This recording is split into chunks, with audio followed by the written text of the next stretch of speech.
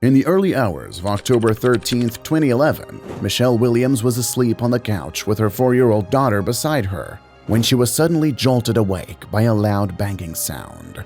As she got up to investigate the noise, she realized there was an intruder in the house, and moments later, he knocked her out. When Michele regained consciousness, she found her husband, Greg Williams, lying in a pool of his own blood. He had taken a gunshot wound to the head and was unresponsive, or at least that's what she told the authorities. The crime scene, however, told a completely different story, and so authorities grew skeptical about Michele's account of the incident. Who killed Greg Williams? What exactly happened that night? And why did no one believe Michele? Michele Williams was just a teenager when she gave birth to her first child, a boy. Within a few years, Michele's children had become 3, 2 boys and a girl from 2 different fathers.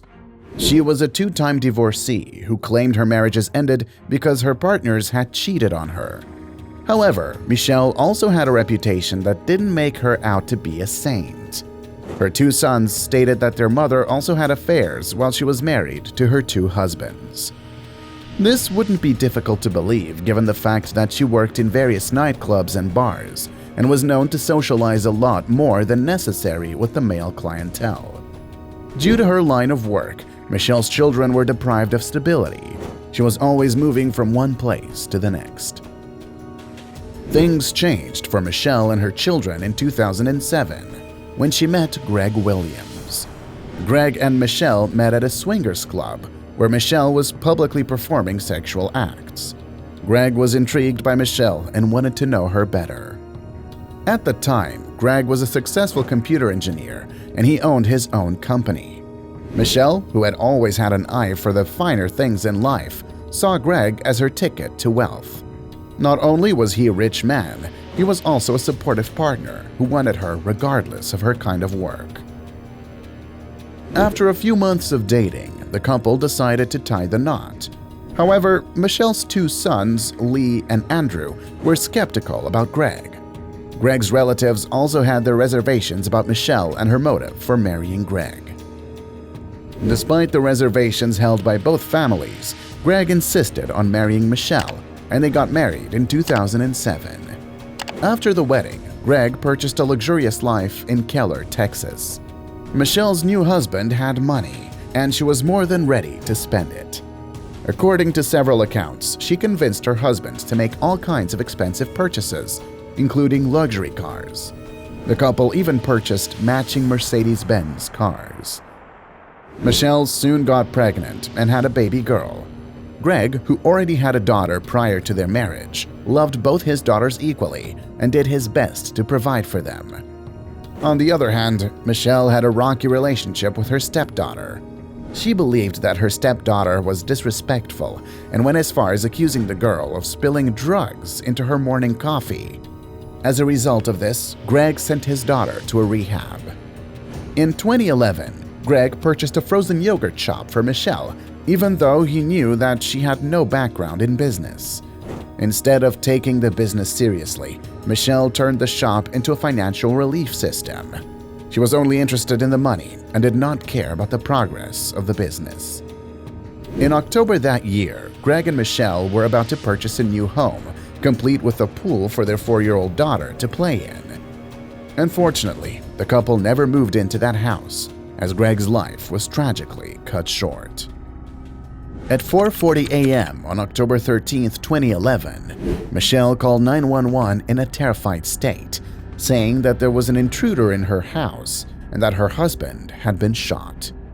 Police officers immediately responded to the call and arrived at Greg and Michele's home within minutes. The first line of action was to search the premises for the intruder, but he was never found. The officer began to investigate the house and what had happened there. In a matter of minutes, officers found Greg Williams lying in a pool of blood in his bed in the master bedroom. Greg had died from a gunshot wound to the head. Michele promptly told the officers that she was asleep on the couch with her daughter when a loud sound woke her up. Startled by the noise, she quickly got up to check where it came from. As Michele walked into the master bedroom, she caught a glimpse of the intruder. But before she could do anything to help her husband, she felt a sharp pain on her head and blacked out for a few minutes. Michele had managed to paint the perfect picture of a wife in distress. However, this narrative would soon be changed by the findings of crime scene investigators. When investigators arrived at the scene, the first thing that caught their attention was the fact that there were no signs of forced entry in the house. This begged the question, how did the intruder make his way into the house? Next, the investigators noticed that this was not a case of robbery. No drawers were opened. The $20,000 the couple had locked up in their home safe had not been taken. In fact, nothing was stolen from their house. When investigators got to the back door of the house, they made a shocking discovery. They found a .45 caliber handgun, a shell casing, and a wrench close to the back door. What they would find next was unbelievable. The investigators soon realized that every touchable surface in the house had been wiped completely clean. No traces of DNA or fingerprints could be found. Not even the fingerprints of Michele or Greg were found. As the first person at the crime scene, Michele was taken to the police station to give a more detailed account of the night's incident. At first, Michele kept up with her story, but detectives had their suspicions. After properly examining the crime scene and comparing the evidence to Michele's version of what happened, the authorities informed her that her story was not adding up. They believed that one of two things had happened that night. It was either Michele had shot her husband, or she was covering up for the real killer. We can't find where anybody broke into the house. So the question is, how did someone access the house? I have a hiding key outside Okay. in the grill right by that back door, in the bottom drawer. For hours, Michele kept telling the detectives that her husband had been killed by an intruder. You had nothing to do with it. You didn't try to cover up the scene, move the gun or anything, touch the gun, touch the wrench, or anything of that nature. No, I did not touch anything. I had nothing to do with whatever happened in there. However, after 5 hours of interrogation, her account of the incident took a twisted turn.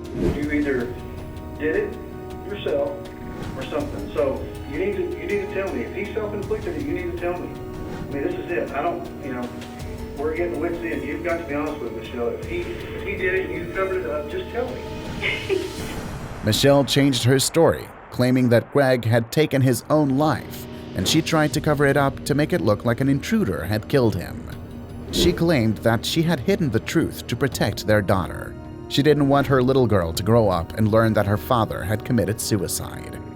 In her updated version of her statement, Michele told the detective that as soon as she found Greg's lifeless body, she cleaned up the entire house and the gun he used with Clorox wipes. Moved the gun, and then I started to really panic because okay, now what do I do with that? So the gun's over there, and I knew I had to make it look as if it was a burglary. She then took the gun and placed it close to the back door where the detectives found it. She also confessed that she used a wrench to hit herself on the face so that the bruise on her face would corroborate her claim that an intruder had hit her. Based on this confession, Michele was charged with evidence tampering and released on bail. At this point, Michele thought that she had successfully fooled the detectives with her story, but as the investigation continued, it became clear to detectives that she was still hiding the truth. The case took a shocking turn when a medical examiner reported that it was impossible for Greg to have shot himself, confirming that Greg's death was a homicide. On these grounds, Michele was arrested for the murder of Greg Williams. However, a week later, she was out of jail on bond. While she was out on bond, Michele went back to her life like nothing happened. She showed her lack of regard for the law when she tampered with her ankle monitor, but that was not all. She went back to her old life and started working at a strip club. Her actions were already creating a damning record for her, but Michele did not seem to care. In her bid to carry on with her life like nothing happened, Michele got into a new relationship with a younger man named Gene Wallace. Wallace was a former bodybuilder and personal trainer. He was 12 years younger than Michele and was also her son Lee's best friend. As one would imagine, Lee was infuriated when he discovered the relationship between his best friend and his mother. However, Michele did not respect her son's emotions and went on dating Wallace. As their relationship grew stronger, Michele and Wallace started a fitness business together.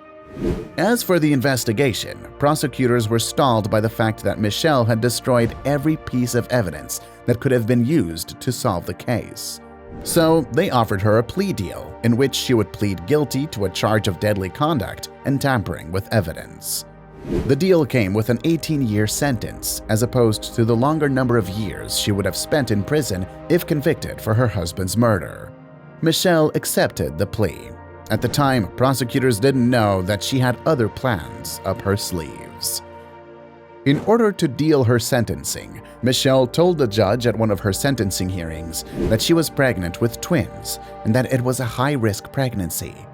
Although the prosecution were skeptical about her claims, they agreed to delay her sentencing until after she gave birth. However, people who knew Michele revealed that she was known to fake pregnancies and miscarriages to get attention and sympathy from those around her. In a surprising turn of events, Michele changed her story once again. While awaiting her sentencing, Michele granted an interview with 48 Hours, in which she told another story. She told the reporter that she was innocent of all charges and that she took the plea deal with hopes of getting a shorter sentence so she could go back to her daughter. The judge ordered a hearing immediately after he heard about Michele's new claims.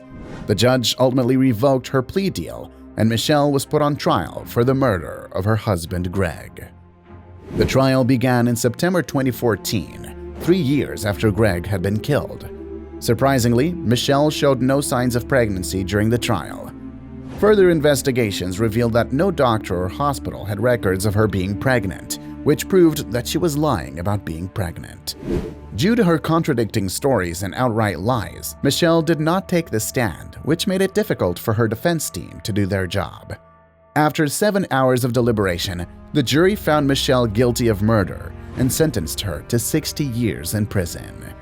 Michele was 30 years old at the time of the sentencing and would be eligible for parole after serving 30 years, which means she will be 74 years old before she can be paroled. Greg Williams was a cheerful man who loved his wife and daughters. While his wife is paying for her crimes, his daughters will always remember him as the loving father he was.